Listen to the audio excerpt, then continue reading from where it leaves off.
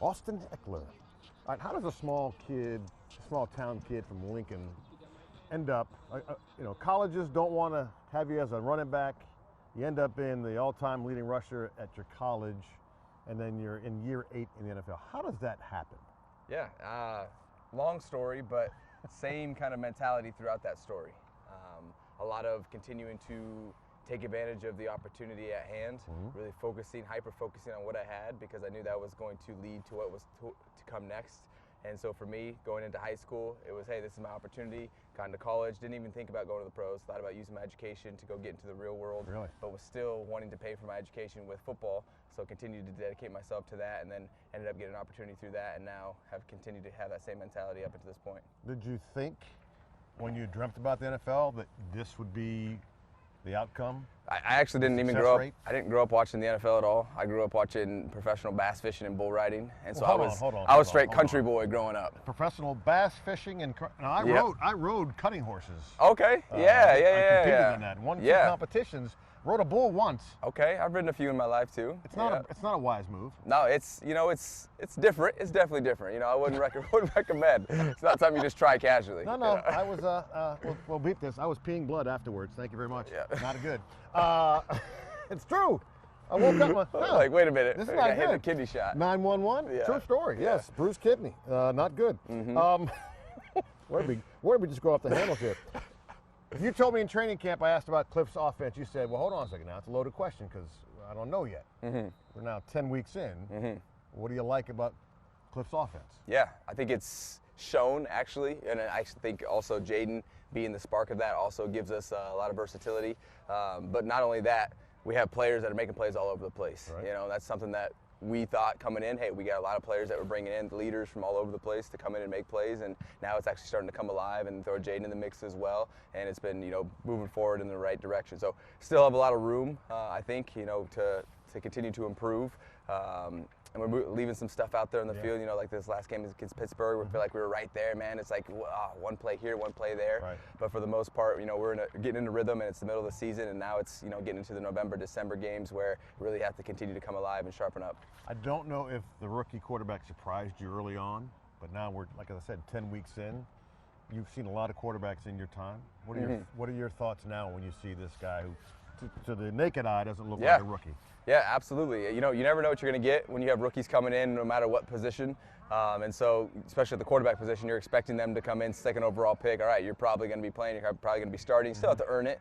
And he did that throughout training camp, put himself in a position to, be out there and be our starter. And then now it's like, okay, now we're going to get some real live reps, because we've kind of been, reserved in preseason and things like that. Sure. And to see him come alive, to see him kind of his dedication, one of the first guys in the building every day. It's like everything you want within your leader, within your quarterback. And so he's off on the right track, obviously, from just a standpoint of learning the offense, coming in, implementing, working, and then also we're seeing it translate to the field as well. So it's been great being his backfield buddy up to this point. 7 years on the West Coast, 1 year on the East Coast. Yeah.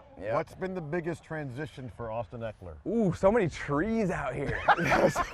Can't see anywhere. Really? Like, it's just, that's one thing I've been telling my wife and my mom, like, you just can't see anything. Like, everything's just trees everywhere. The weather, we deal with the weather. I've been playing football for 20-something years now, and football is still the same. The culture out here has been awesome. That's something you can get, anywhere. But I'm loving what we got going on here with DQ and what Adam's put together, too, as far as the roster. So a lot of great changes, a lot of things I'm getting used to as well, just kind of the different environment, more political, more business type over here. It was more entertainment business over on the West Coast. So that's been a kind of an adjustment for some of the off-the-field stuff, but still stuff that's it's good to experience. Viewers don't know this, but you represent NFLPA in a certain capacity, and in that locker room, Wednesdays and Thursdays, we get a chance to talk with you guys. It's called Open Locker Room. Done it for years.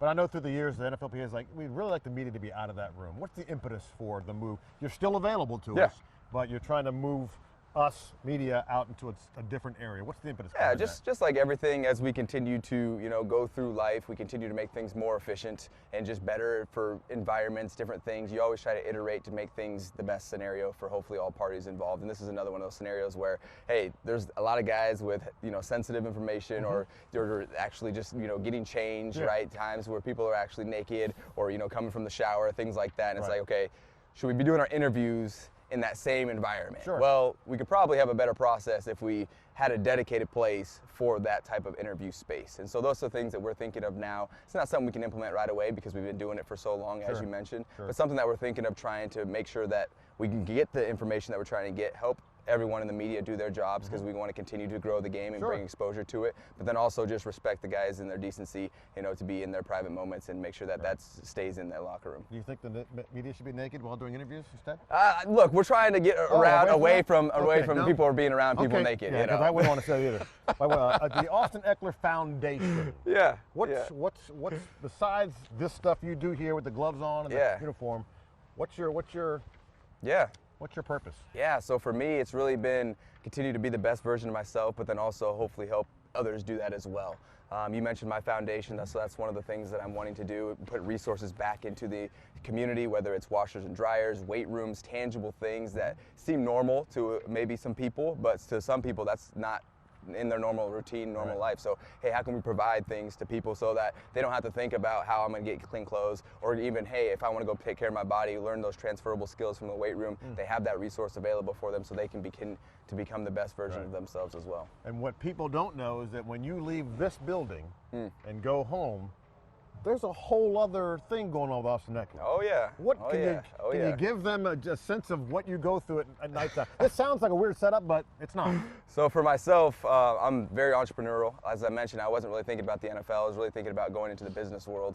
And so because of that, my entrepreneurial spirit has still stayed with me. And so for me, I have an app called Experience that I've been developing. I have a team that runs that. I have a real estate fund as well. The foundation, as you mentioned, and then I'm big into doing media and content and stuff like that. So I have a lot of different community engagements, giveaways, you know, charity, fantasy football, things like that. So I am very active outside of this, and so I have my manager who keeps me on a tight shift. Right as soon as I leave here, it's meetings, working with the team, putting creative things together, doing interviews, doing media, meeting with people that I need to. Also have some sales processes going on for some of these things, like for the app where we're trying to sell to different schools and things like that. So it's an ecosystem of just, like I mentioned, trying to become the better version of myself. What I'm doing is I've expanded my capabilities, and now I'm just applying that to different aspects of my life that I've built. Where's the time to get on the Cliff's playbook? So hyper-focused while I'm in the football time, right? Football time, let's hyper-focus. Luckily, I've been doing this for long enough where the plays are all pretty much the same, just different times. So now it's more so, okay, lock in. I can learn the playbook pretty fast, pretty quickly on a week-to-week basis. Make sure I'm hitting the weight room and all of that. Make sure I'm spending time with the guys while I'm in the building, get that camaraderie as well. You know, during lunch, we're playing cards in between, you know, meetings and things like that. So there's a time. It's just putting things on a regimen, making sure you check all the boxes in the routine to continue to play at a high level.